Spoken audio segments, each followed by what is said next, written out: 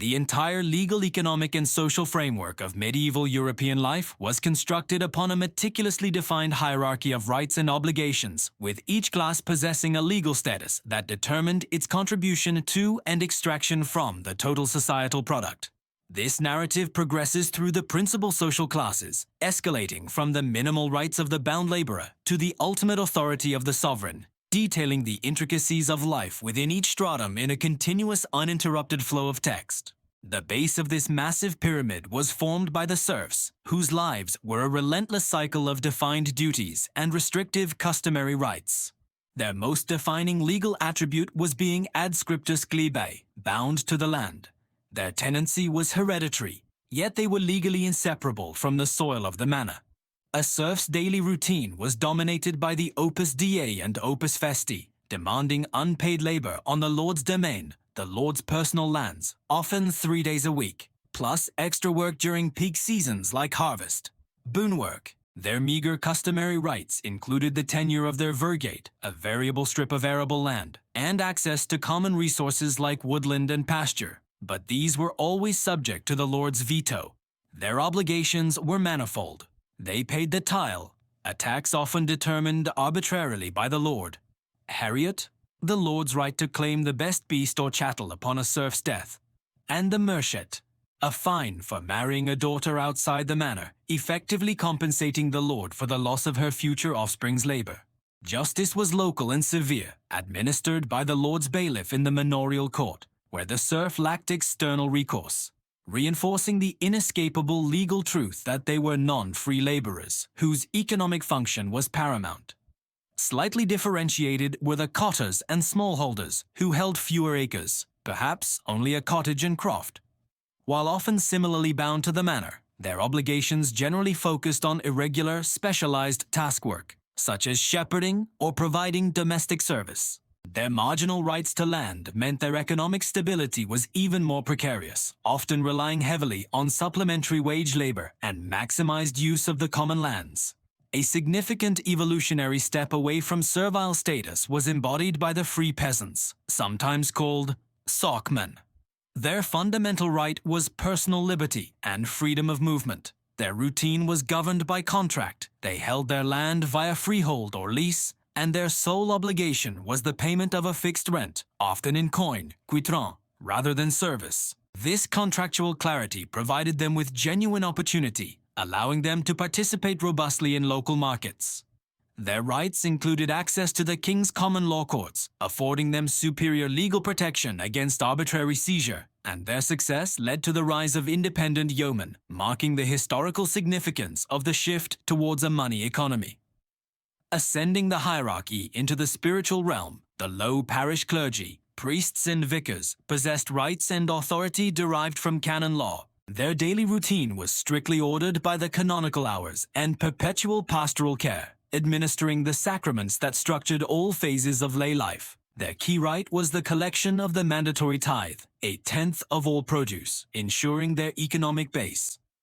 Although materially modest, their moral authority was profound. The priest's right to mediate salvation made his word often as important as the noble's sword in matters of local behavior and eternal consequence, providing essential social stability and solace. The monastic orders, monks and nuns, represented a powerful spiritual and economic elite. Their routine was rigidly ascetic, dedicated to prayer, opus dei, study, and labor, ora et labora. Their immense rights were legal autonomy under canon law and exemption from many secular taxes, bolstered by the vast, well-managed properties of their abbeys and priories. They were the preservers of knowledge, copying manuscripts and maintaining libraries, giving them intellectual authority and a significant role in culture and education. Their economic power was immense, acting as large-scale landholders and sometimes pioneering new agricultural and industrial techniques. Here, the expansion on higher clergy, nobility, and the king begins. The high clergy, bishops, archbishops, and abbots, wielded immense power, functioning as spiritual rulers and major temporal lords. Their rights were extensive, derived from the historical accumulation of vast diocesan and archiepiscopal landholdings, and the right to sit in the king's council or parliament, giving them a direct political voice. Their routine was administrative and political, involving managing enormous ecclesiastical estates, overseeing their subordinate parish priests, and engaging in high-level diplomacy with the crown and major nobles. The bishop's court often held jurisdiction over all matters of conscience, marriage and testament, possessing a legal reach that extended beyond the king's law into the moral fabric of society. Their obligations included ensuring the moral rectitude of the realm, consecrating monarchs, and often contributing substantial military contingents due to their landholdings to the king's service. The economic authority of this class was unparalleled by any single secular lord, often controlling extensive resources and revenue streams independent of royal taxation. The artisans and guildsmen formed the skilled backbone of the urban centers. Their routine was dictated by the craft and the strict standards of their guilds. Their rights included a protected monopoly over their trade within city walls, ensuring stable income and quality control. Their social hierarchy of master, journeyman, and apprentice provided a structured path to economic success, where craftsmanship, not birth, determined rank. The great merchants and bankers represented the commercial aristocracy of the burghers.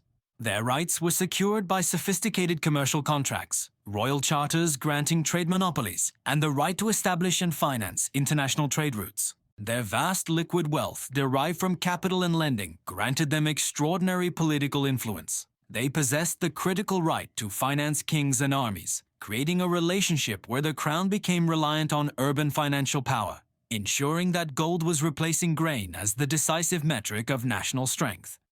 The lesser nobility, knights and minor barons, held political rights over their fiefs, derived from feudal military obligation. Their routine involved military training, administering localized justice, and collecting feudal dues. Their political power was localized, and their economic existence was often precarious, as their land revenue was easily consumed by the rising costs of chivalric life and military equipment. The high nobility, dukes, counts, and barons held extensive rights over vast territories, wielding near-sovereign authority, including the power to administer high justice, jus gladi. Their routine was focused on high-stakes court politics, managing massive estates, and fulfilling their military obligation to the king. Their traditional authority was paramount, but their perpetual need for liquid coin to finance wars and maintain their courts pushed them into chronic debt with the burghers, compromising their independence. Finally, the king, or monarch, held the ultimate and sovereign right to rule, derived from tradition and the powerful doctrine of Dei Gratia, divine right. His rights were multifaceted and growing. He was the source of all secular law, lex regis, the ultimate judge, fount of justice, and the commander-in-chief of all military forces, imperator. His routine was exhaustive, encompassing state council meetings, judicial appeals from the highest courts, managing intricate diplomacy with foreign powers and the papacy, and conducting royal progresses to assert authority across the realm. His essential political obligation was to maintain the peace of the realm, pax regis, defend the church, and ensure justice. Crucially, his economic power transformed over the medieval period, initially relying on the unreliable feudal levy and revenue from his personal lands. His rights expanded to include national taxation, like customs duties and subsidies, and the unprecedented ability to command massive loans from the burghers. This strategic financial independence was the key to his sovereignty, allowing him to hire professional standing armies and administrators, the curia regis, circumventing the military and political power of the high nobility, and actively driving the centralization of the state. His expanding control over justice and finance made him the undisputed authority, solidifying the monarch as the necessary apex of the entire complex system.